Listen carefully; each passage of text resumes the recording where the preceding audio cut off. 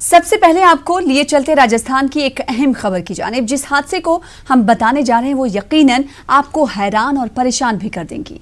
राजस्थान के भरतपुर में अस्पताल पहुंची एक मुस्लिम हामिला खातून को अस्पताल ने देखने से मना कर दिया। खातून ने एम्बुलेंस में ही बच्चे को जन्म दिया, लेकिन बच्चे की मौत वाक़ई हो गई। खबर के मुताबिक भरतपुर अस्पताल ने एक मरतबा भी नहीं देखा और बगैर देखे ही दूसरे अस्पताल रेफर कर दिया गया और नतीजा ये हुआ कि बच्चा तो इस दुनिया में आ गया, लेकिन मौत ने उसे अपने आगोश में पनाह दी। ये वाकया कल का है, जिस पर राजस्थान के काबीनी वजीर विश्वेंद्र सिंह ने सख्त नोटिस लिया है। उन्होंने रियासती वजीर सेहत से अपील की है कि इस मामले पर सख्त कार्रवाई की जाए। साथ ही उन्होंने ये भी कहा है कि हमारे मुल्क में ऐसी जहनियत के लोगों के लिए कोई जगह नहीं है। अब आइए आपको मुतवातिर पूरे मामले की जानकारी देते हैं मुतासरा के शौहर डॉक्टर और काबीनी वजीर विश्वेंद्र की ज़बानी। मेरी वाइफ को जब रात को दर्द उठा तो मैं CSC सीकरी लेकर गया, तो वहाँ से ब्लीडिंग ज़्यादा हो रही थी। उन्होंने कहा कि साहब यहाँ कंट्रोल नहीं होगा, आप इसको जिला अस्पताल लेकर जाएं। वहाँ से रेफ़र कर दिया। मैं जल्दी से जिला अस्पताल के लिए गाड़ी कर और जिला अस्पताल पहुँचा सुबह 8 बजे के लगभग। जिला अस्पताल के लिए मैंने घंटों इधर उधर चक्कर काटे, कोई डॉक्टर ही नहीं मिल रहा था।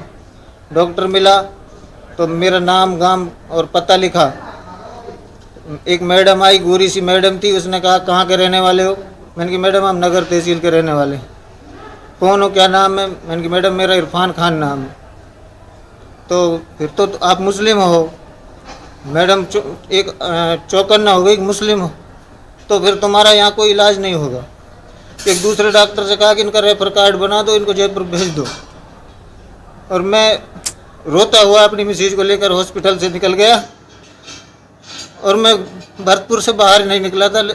रास्ते में एम्बुलेंस में मेरी मिसेज को डिलीवरी हो गई। डिलीवरी होने पे मेरा बच्चा जो ख़त्म हो गया। अगर मुझे लग रहा है अब मेरे बच्चे को ख़त्म होने का कारण जिला अस्पताल भरतपुर की है, डॉक्टरों की लापरवाही से मेरा बच्चा ख़त्म हुआ है। अगर मेरे मिसेज की डिलीवरी सुबह सही सिस्टम से हो, ये देखभाल कर लेते तो मेरा बच्चा मेरे पास सुरक्षित होता। अभी मैंने अपनी मिसेज को देखा नहीं है, वो किस हाल में है, कैसे है। दोबारा लेके आए डिलीवरी के बाद? फिर मैं दोबारा हॉस्पिटल लेकर आया तो इन लोगों ने मुझे बड़ा लताड़ा फटकारा कि कहा तुम्हें रेफ़र कर दिया था और तुम फिर आ गए, वहीं जाओ जहाँ तुम्हें जयपुर के लिए रेफ़र किया था। मैंने कहा सर हमारी डिलीवरी होगी नहीं, यहाँ तुम्हारा कोई सोल्यूशन नहीं है, जयपुर के लिए रेफ़र कर दिया, तुम जाओ जयपुर। ये मामला क्या चाहते हो? मैं चाहता हूँ सर, मेरे साथ जो इन्होंने गद्दारी की है, मेरे बच्चे को मेरे से छीना है। मेरा मानना है मेरे बच्चे को हॉस्पिटल के सभी प्रशासन अधिकारियों ने सबने मेरे बच्चे को मेरे हाथ से छीना है। तो मुझे न्याय मिले और इनको सख्त से सख्त इन पर कार्रवाई हो। अटेंड किया, सिस्टर बता रही है कि उन्होंने इंजेक्शन, डॉक्टर साहब ने दवाइयाँ लिखी हैं, जो भी जरूरी दवाइयाँ थी उनको लिखा है और सिस्टर ने इंजेक्शन लगाए। तो सिस्टर खुद बता रही यहीं हुई थी क्या अस्पताल में? नहीं, यहाँ तो रेफर हुआ है, यहाँ से रेफर किया। उसकी डिलीवरी वहाँ हो जाती है रास्ते में, फिर वो लेकर दोबारा वापस आता है, तब भी उसको नहीं दोबारा लेते हैं अस्पताल? नहीं, अब तो लिया है सारा, मीडिया के आने के बाद लिया है वो हमारे। कि एक महिला, मुस्लिम महिला प्रवीणा, वाइफ ऑफ इरफान खान, निवासी बेला नगर, जो गर्भवती थी, उनको यहाँ से रेफ़र किया गया भरतपुर जनाना अस्पताल। और वहाँ कोई डॉक्टर मुनीत वालिया है, उन्होंने साफ साफ मना कर दिया कि आप मुस्लिम हैं, आप जाके जयपुर चेकअप कराइए। उनका वहाँ डिलीवरी हो गई और उस बच्चे की मौत हो गई। इससे ज़्यादा शर्म की कोई बात नहीं हो सकती। एक धर्मनिरपेक्ष राज्य है, हमारी सरकार बहुत संवेदनशील है इन मामलों पर और निश्चित रूप से उस चिकित्सा मंत्री जी को अभी बात करके उस डॉक्टर के खिलाफ कार्रवाई होगी। और ताज्जुब की बात फिर है कि यहाँ के जो चिकित्सा राज्य मंत्री हैं वो यहाँ के MLA भी हैं भरतपुर के, उनको भी इस बात पर संज्ञान। वहीं आपको अब दूसरी तस्वीर दिखाने जा रहे हैं। जानवी को दिल्ली पुलिस ने वक्त रहते मदद पहुंचाई और एक नन्हे मेहमान ने इस दुनिया में आंखें खोली। लॉकडाउन के इस दौर में इस तरह की खबरें आ रही हैं लगातार। पुलिस की छवि एक तरफ से धूमिल भी होती है, तो दूसरी ऐसी तस्वीरें भी हमारे सामने आती हैं जहां पर पुलिस इन तमाम लोगों की मदद करते हुए दिखाई देती है। दिल्ली पुलिस ने वक्त रहते मेरी इन्हें वाइफ मदद को थोड़ा सा पहुंचाई। पेन महसूस हुआ था, तो एक दिन पहले मैंने इधर लोकल में ट्राई किया था, हॉस्पिटल ओपन नहीं था प्राइवेट में, तो फिर 108 में मैंने कॉल किया, 102 पर जो हेल्पलाइन है और 1031 है उस पर मैं कॉल किया था, तो किसी ने रिस्पांस नहीं लिया। मतलब कॉल लगता ही नहीं है, अभी भी तो ट्राई करोगे तो कॉल लगेगा नहीं। मैंने बहुत ट्राई किया, तो नेक्स्ट मॉर्निंग में मैंने एम्बुलेंस के लिए कॉल करने की कोशिश किया, बट कॉल पिक नहीं हुआ। फिर मैंने दिल्ली वुमेंस पुलिस है उनको कॉल लगाया मैंने, तो उन्होंने पिक किया कॉल और बोला कि मैं अभी विद रजिस्टर करता हूँ आपको कॉल और विद इन 15 मिनट्स में आपको भेज रहा हूँ। फिर मैंने रजिस्टर किया मेरा कॉल को और विद इन 18 मिनट से 20 मिनट्स के अंदर वो 3 पुलिस के साथ एम्बुलेंस हमारे घर पर आए और राजवीर उनका नाम था, और यहाँ से हमें सफदरजंग ले गए, सेफली ले गए। इस वायरस में भी मतलब सेफ ले गए, फिर वहाँ पर एडमिट कराया उन्होंने इमरजेंसी में सफदरजंग में। उसके बाद उन्होंने वहाँ से उन्होंने वापस चले आए। फिर वो अगर कोई हमें ये बोला जाए कि कितना 100% में आप कितना % दोगे, तो मैं तो बोलूँगा 200 में दूंगा दिल्ली पुलिस को। एक माँ होने के नाते डर तो बना रहता ही है। इतने मतलब कोरोना वायरस फैला हुआ है, फिर भी दिल्ली पुलिस हमारे लिए फरिश्ता बनकर आई हैं और तहे दिल से शुक्रिया अदा करना चाहते हैं हम। और हमारे अभी बेबी भी हमारी स्वस्थ है और हम पूरे परिवार हेल्दी और फिट भी हैं और घर पे पहुंच भी गए हैं आराम से। जब आपकी बेबी होने वाली थी उस समय तो आपको कुछ उतना हमें मतलब ध्यान नहीं था। तो एक्चुअली पता चला आपको कि कैसे मदद हुई और तमाम सारी चीजें किसने? हस्बैंड ने हमारे बताया है कि मतलब पुलिस वालों ने किस तरह से हेल्प किया है, क्योंकि उस समय एक्चुअली ध्यान में था नहीं, क्योंकि पेन हो रहा था मुझे बहुत ज़्यादा, और उस वक्त हम कुछ बता नहीं पाएंगे कि मतलब क्या हुआ।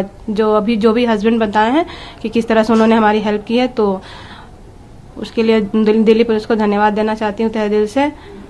और उनका काम बहुत अच्छा है। अगर कोई कुछ अफवाह गलत बोलते हैं तो ये गलत बात होती है कि वो लोग मदद नहीं कर रहे हैं। हमारे लिए तो लाइव है, हमने अपनी आंखों से उस चीज़ को देखा और फील किया है।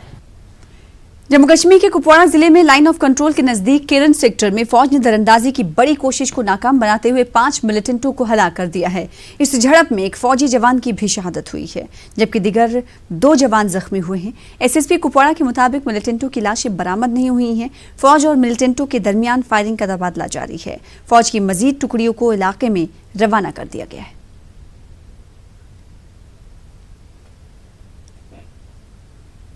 लद्दाख में कोरोना वायरस से मुतासरा 9 मरीज सेहतयाब हो गए हैं। लद्दाख के कमिश्नर सेक्रेटरी रिगजिन संभल ने ट्वीट करके जानकारी दी कि लद्दाख में मुस्बत पाए गए जुमला 14 अफराद में से 9 मरीज सेहतयाब हो गए हैं।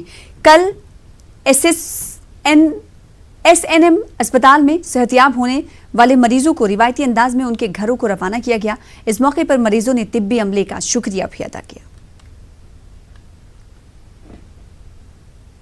उधर जम्मू कश्मीर में कोरोना वायरस के मामलों में लगातार इजाफा हो रहा है। आज जम्मू से 3 और नए मामले सामने आए हैं। जम्मू में मुस्बत केसों की तादाद बढ़कर 21 हो गई है, जबकि कश्मीर में इस वबा की जद में 17 अफराद आए हैं। नए मामलों के साथ ही जम्मू कश्मीर में कोरोना वायरस के मुस्बत केस बढ़कर 97 हो गए हैं। जम्मू कश्मीर में अब तक 4 अफराद इस मर्ज से सेहतयाब हुए हैं। इस वबा से कश्मीर में 2 लोगों की मौत हो चुकी है। जम्मू कश्मीर में अभी 91 एक्टिव केसेज हैं। कोरोना वायरस के बढ़ते मरीजों की तादाद को लेकर हुकूमत फिक्रमंद है। जहां एक तरफ पॉजिटिव मरीजों का इलाज चल रहा है, तो वहीं दूसरी तरफ उनके राब्ते में आए लोगों को आइसोलेट किया जा रहा है, आइसोलेशन वार्ड में रखा जा रहा है। तबलीगी जमात से ताल्लुक रखने वाले जिन अफराद को झुंझुनू के RLJT अस्पताल में रखा गया है, अस्पताल में गंदगी का अंबार है। तस्वीरों में आप देख सकते हैं, जिसकी सफाई तबलीग जमात के लोग खुद कर रहे हैं। ऐसे में सवाल उठना लाजमी है कि क्या मुतासरीन को ऐसे ही बेआरो मददगार छोड़ दिया गया है। मुल्क की मुख्तलिफ रियासतों से भी ऐसी खबरें आई हैं जहां आइसोलेशन सेंटर या क्वारंटाइन सेंटर के वॉशरूम में पानी नहीं है। वहीं मुतासरा अफराद सूखी रोटी और खराब खाना खाने के लिए मजबूर हैं। तबलीगी जमात मुसलमानों की एक बड़ी जमात है। मौजूदा हालात में तबलीगी जमात हिकमत अमली के साथ काम करे। इंडियन काउंसिल ऑफ फतवा एंड रिसर्च ट्रस्ट के सदस्य मौलाना बदिउज़्ज़मा कासमी ने बेंगलुरु में ये बात कही। मौलाना ने कहा कि कोरोना वायरस की रोकथाम के लिए हुकूमत के इक़दामात पर हर शख्स को अमल करना ज़रूरी है। उन्होंने कहा कि तबलीगी जमात निज़ामुद्दीन मरकज़ की इमारत के साथ एक वसी अराजी और इंफ्रास्ट्रक्चर कायम करते हुए अपनी सरगर्मी अंजाम दे। मुल्क के हर शहरी को एहतियाती तदाबीर का जानना बहुत ज़रूरी है, वरना इस मुल्क का एक आदमी पूरे मुल्क को मौत के मुंह में डालने के लिए काफ़ी साबित हो सकता है। और ऐसे हालात में मस्जिदों में नमाज पढ़ने की कोशिश करना तकवा नहीं, बल्कि ये तकवा की धज्जी उड़ाना है। और ऐसे ही लोगों की वजह से मुल्क में मुसलमानों को जिल्लत, रुसवाई और बदनामी का सामना करना पड़ रहा है। और ऐसे लोगों ही की गफलत, लापरवाही, हर धर्मी और जहालत की वजह से मुल्क में मुसलमानों के लिए संगीन, खतरनाक और पेचीदा मसाइल पैदा कर दिया है। इसलिए हम तमाम मुसलमानों से दर्दमंदाना और मुखलिसाना अपील करते हैं कि मामले की नज़ाकत को समझने की कोशिश करें और हरगिज़ जज्बाती बनने की कोशिश ना करें कि ऐसे पुरखतर हालात में आप सोशल डिस्टेंसिंग का पूरा ख्याल रखें, एहतियाती तदबीर को अपनाएं और हर तरह का बचाव करने की कोशिश करें, ताकि एक आदमी की वजह से एक फैमिली और एक फैमिली की वजह से एक घर और एक घर की वजह से एक मोहल्ला और एक मोहल्ले की वजह से एक शहर और शहर की वजह से मुल्क कोरोना वायरस की वबा से तबाही के दहाने पर न पहुंचे। एपी में कोरोना मुतासरीन की तादाद 226 तक पहुंच गई है। कल रात 9 बजे से आज सुबह 9 बजे के दरमियान जुमला 24 मुस्बत मामला दर्ज किए गए हैं। महकमे सेहत की जानिब से जारी करदा बुलेटिन में ये बात बताई गई। जिलावारी तौर पर मुस्बत मुतासरीन की तादाद की तफसील इस तरह है। जिला अनंतपुर में 3, जिला चित्तूर में 17, जिला मशरक़ी गोदावरी में 11, जिला गुंटूर में 30, जिला कड़पा में 23, जिला कृष्णा में 28, जिला करनूल में 27, वहीं जिला नेल्लोर में 34, जिला प्रकाशम की बात करें तो वहां 23, जिला विशाखापट्टनम में 15 और जिला मगरबी गोदावरी में 15 मामले हैं। अजला, विजयनगरम और श्रीकाकुलम में कोई कोरोना का मामला दर्ज नहीं हुआ है। रियासत के 13 अजला में से 11 अजला में कोविड-19 के मामले दर्ज हुए हैं। 2 अजला में कोरोना का ताहाल कोई मामला सामने नहीं आया है। हुकूमत ने मुतासर इलाकों को रेड जोन करार दिया है। सीज किए गए इलाकों के अवाम को घरों तक ग़िज़ा, दवा पहुंचाने का ऐलान किया गया है।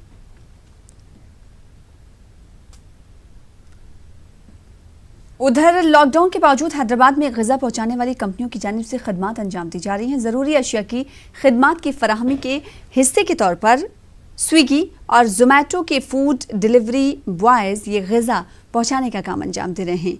इनका कहना है कि इनकी कंपनियों ने उनको मास्क फराहम किया है, साथ ही सैनिटाइजर्स भी दिए हैं।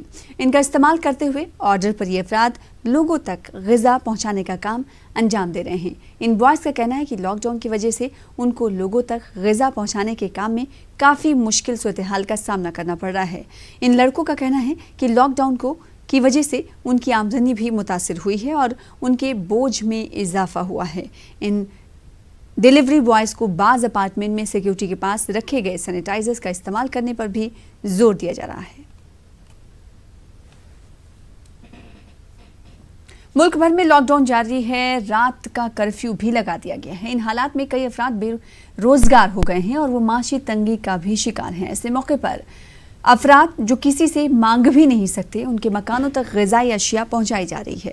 कदीम शहर हैदराबाद के MIM लीडर और GHMC कॉरपोरेटर मोहम्मद मुस्तफ़ा अली मुजफ्फर की जानिब से बिना किसी ज़ात पात और मजहब की तफरीक के मुस्तहक अफराद में राशन पैकेट्स तकसीम किए जा रहे हैं। लॉकडाउन की वजह से काफ़ी लोग, गरीब लोग, मिडिल क्लास के लोग, सारे लोग परेशान हैं। इतने हालात नाजुक है कि लोग मजबूरी के आलम में रोड पे निकलने पे मजबूर है।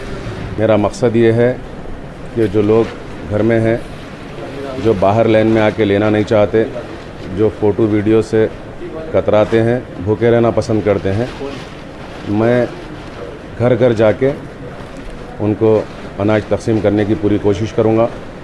मेरे हलक़े में और अतराफ़ अकनाफ़ के हलक़े में मैं मुमताज़ अहमद ख़ान साहब और मौज़म ख़ान साहब की रास्त निगरानी में ये काम अंजाम दूंगा। मैं मेरे साथियों का और मेरे दोस्तों का जिन्होंने इसमें मेरे साथ ताउन किया है, मैं उन तमाम का शुक्रिया अदा करता हूँ। चावल, दाल, तेल, प्याज, इमली, शक्कर और पत्ती, अदरक, लहसुन और मिर्ची, ये एक 4-5 दिन आसानी से एक फैमिली इसको इस्तेमाल कर सकती है। कितने फैमिली? मैं 2500 फैमिली को जो है ना ये अनाज तकसीम करूँगा। जी, अब ये डायरेक्ट मैं घर पे जाके पहुँचाऊँ। एक 4 दिन लगेंगे मेरे को, लेकिन मेरा मकसद ये है कि मुस्तहक़ों तक पहुँचे। Free press editors and journalist federation के नुमाइंदों ने मुहलिक कोरोना वायरस से निपटने के लिए तेलंगाना हुकूमत की कोशिशों की सताइश की। उन्होंने रियासती हुकूमत से सहाफ़ियों के लिए भी खुसूसी माली पैकेज जारी करने की मांग की है। इस वबा को रोकने के लिए जो इक़दाम किए जा रहे हैं, free press editors and journalist federation उन इक़दाम की सताइश करती है और साथ ही हुकूमत से ये मुतालबा करती है कि दीगर तबक़ात की तरह सहाफ़ती बरादरी पर भी जो है एक पैकेज फराहम किया जाए, एक माली पैकेज जो है का ऐलान किया जाए, ताकि ऐसे सहाफ़ी जो मुश्किल हालात से गुज़र रहे हैं वो जो है उन्हें जो है राहत हासिल हो सके। मैं दूसरी चीज़ ये भी कहना चाहूँगा कि कोविड-19 से जो अफराद कई मुतासिर हुए हैं, इसे जो है कोई मजहबी रंग न दिया जाए, बल्कि बीमारी को एक बीमारी की हैसियत से देखा जाए। फेडरेशन ऐसे इक़दाम की भी मजम्मत करती है। जो नुमाइंदगी है वो ऑनलाइन की है। रियासती वज़ीर आला KCR और रियासती वज़ीर KTR से हमने नुमाइंदगी की है और हम तवक्को रखते हैं कि वज़ीर आला और KTR इस सिलसिले में जल्द ही कुछ फ़ैसला लेंगे। हम सहाफ़ी हज़रात अपनी जान ख़तरे में डालकर हर तरह के कवरेज को यकीनी बना रहे हैं, ताकि आवाम और हुकूमत के दरमियान जो ख़त फ़ासिल है उसे इन हालात में किस तरह कम किया जाए। हालात में दीगर तबक़ात की तरह सहाफ़ियों के लिए भी खुसूसी पैकेज का ऐलान करें, क्योंकि आप जानते हैं कि मौजूदा हालात में जबकि एक तरफ लॉकडाउन है और दूसरी तरफ नाइट कर्फ्यू, जिसकी वजह से हम नामसायद हालात का शिकार हैं। और इस वक्त की बड़ी खबर का रुख कर लेते हैं, जो कि यूपी के ताला नगरी यानी अलीगढ़ से आ रही है। अलीगढ़ में लॉकडाउन के दौरान पिटाई से एक नौजवान की मौत हो गई है। जुआरियों को जुआ खेलने से मना करने पर इस नौजवान की पिटाई कर दी गई। दबंग जुआरियों ने पिटाई की। इलाज के दौरान नौजवान की मौत हुई है। थाना क्वारसी के हेतमपुर का ये पूरा मामला है। तो इस वक्त की बड़ी खबर आपको दे रहे हैं अलीगढ़ से, ताला नगरी जो कही जाती है, जहां पर लॉकडाउन के दौरान पिटाई से एक नौजवान की मौत हुई है। जुआरियों को जुआ खेलने से इस नौजवान ने मना किया, जिसके बाद दबंग जुआरियों ने इस नौजवान की पिटाई कर दी और पिटाई करने के बाद इस नौजवान को इलाज मुआवजा के लिए अस्पताल में दाखिल कराया गया और अस्पताल में ये नौजवान दम तोड़ बैठा। थाना क्वारसी के हेतमपुर का ये पूरा मामला है।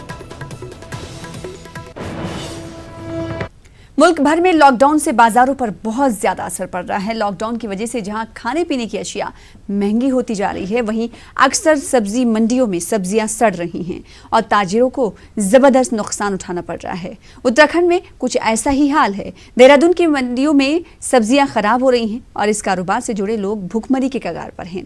वजह है लॉकडाउन के दौरान गाड़ियों की कम आवाजाही और ज्यादातर मजदूरों का चले जाना। नतीजा ये है कि जरूरत के बावजूद खरीदार मंडियों तक नहीं पहुंच पा रहे हैं और दूसरी तरफ जहां कहीं सब्जियां पहुंच रही हैं, उनकी कीमत आसमान छू रही है। के लिए कोई ग्राहक नहीं आता और 6 बजे जो है मंडी का गेट बंद हो जाता है, पुलिस वाले कोई ध्यान देता। जब खरीदार आएंगे तभी जाकर माल बिकेगा, जब खरीदार नहीं आएगा तो माल कहाँ से बिक जाएगा। कौन कौन सा माल खराब हो रहा है आजकल? गाजर, तुम्हारी जुगनी, खीरा और जो तुम्हारी मूली, बंद गोभी, फूल गोभी सब खराब हो गई। क्या कर रहे हैं फिर आप लोग इसका, क्या कर रहे हैं? बस रोड पर फेंकना पड़ेगा, इसको कबाड़ में फेंकना पड़ेगा। कितना नुकसान आपको? नुकसान बहुत ज़्यादा नुकसान है, नुकसान का आंकड़ा लगाया जाता कि कितना नुकसान है। सब्जी सारी बेकार है, सारी सड़ रही, परेशान है। 3 दिन तो भूखे पड़े हैं यहाँ मंडी के अंदर, रोटी नहीं मिल रही, खेत में जाओ बिकी नहीं रही, ग्राहक नहीं है बिल्कुल भी। सब्जी ले हमें पुलिस वाले छेते हैं, यहाँ गाहक छेते हैं, वो लेके जाते हैं, वो कहे हमारे पलट बज रहा, क्या करें, कहाँ जाओ। कितना नुकसान होगा? रोज़ पता नहीं कितना नुकसान है, कुछ खेत में सड़ रही, यहाँ सड़ रही, किराया भाड़ा जेब से लेकर मैं वो यहाँ ख़त्म कर जाऊँ, भूखे पैसे जाऊँ। ये लॉकडाउन के बाद बहुत मंडी में बहुत असर पड़ा है, माल बिक नहीं रहे हैं, माल सब खराब हो रहा है, सब फेंकना पड़ता है, मंडी के अंदर ग्राहक नहीं आ रहे हैं, यही सब है। जो मंडी के अंदर आते हैं उसे बिना पास मांगा जाता है, बिना पास के किसी को आने नहीं दे रहे, जिसका पास है वही आते हैं। कितना नुकसान हो रहा है? ये बहुत काफ़ी नुकसान हो गया जी, कम से कम 25-30 बोरी ये सड़ गया है मटर की, और तो फेंक दिया है। लॉकडाउन के बाद सर ना सब्जी मंडी में काफ़ी असर पड़ा है, मतलब ग्राहक तो आ नहीं रहा है, माल काफ़ी भरपूर मात्रा में आ रहा है, और ग्राहक नहीं होने की वजह से माल काफ़ी सड़ रहा है। नुकसान तो है ही काफ़ी, किसान को भी काफ़ी नुकसान है। लगभग हज़ारों किसान यहाँ पर आते हैं, आधा माल बिकता है, आधा नहीं बिक पाता है। इसकी वजह से ना माल सारा सड़ जाता है, और एक गर्मी का मौसम ऐसे ही है, एक दिन में माल नहीं बिका तो ऐसे ही सड़ जाता है, और जो माल सड़ गया वो उसका पूरा के पूरा पैसे नुकसान ही होता है। और इस वक्त बड़ी खबर आपको मुंबई से दे रहे हैं, महाराष्ट्र से दे रहे हैं। महाराष्ट्र में लॉकडाउन की मुद्दत में इजाफे का इम्कान जाहिर किया जा रहा है। मुंबई शहर में इम्तनाई अहकाम का निफाज मजीद जारी रहने का इम्कान जाहिर किया जा रहा है। 14 अप्रैल के बाद भी पाबंदियां बरकरार रह सकती हैं। इस वक्त की बड़ी खबर अपने महाराष्ट्र के नाजरीन को दे रहे हैं कि महाराष्ट्र में लॉकडाउन की मुद्दत में इजाफे का इम्कान जाहिर किया जा रहा है, क्योंकि मुल्क में सबसे ज्यादा जो पॉजिटिव कोरोना के केसेस हैं वो महाराष्ट्र में ही दर्ज किए गए हैं। तो इस वक्त की बड़ी खबर आपको दे रहे हैं महाराष्ट्र से। महाराष्ट्र में लॉकडाउन की मुद्दत में इजाफे का इम्कान जाहिर किया जा रहा है। मुंबई शहर में इम्तनाई अहकाम का निफाज मजीद जारी रहने का इम्कान जाहिर किया जा रहा है। 14 अप्रैल के बाद भी पाबंदियां बरकरार रह सकती हैं। ऐसा इसलिए क्योंकि सबसे ज्यादा पॉजिटिव केसेस कोरोना के महाराष्ट्र में ही मंजर-ए-आम पर आए हैं। दूसरी बड़ी खबर का रुख कर लेते हैं, जो कि यूपी की ताज नगरी से आगरा से आ रही है। दबंगों ने पुलिस पर हमला कर दिया है। भीड़ जमा होने पर यह पुलिस पहुंची थी। लॉकडाउन में भीड़ जमा हुई थी, जिसके बाद पुलिस पहुंची और पुलिस पार्टी पर ही दबंगों ने हमला कर दिया। पुलिस एहलकार जान बचाकर वहां से भागे। थाना पनाहट इलाके का ये पूरा मामला है।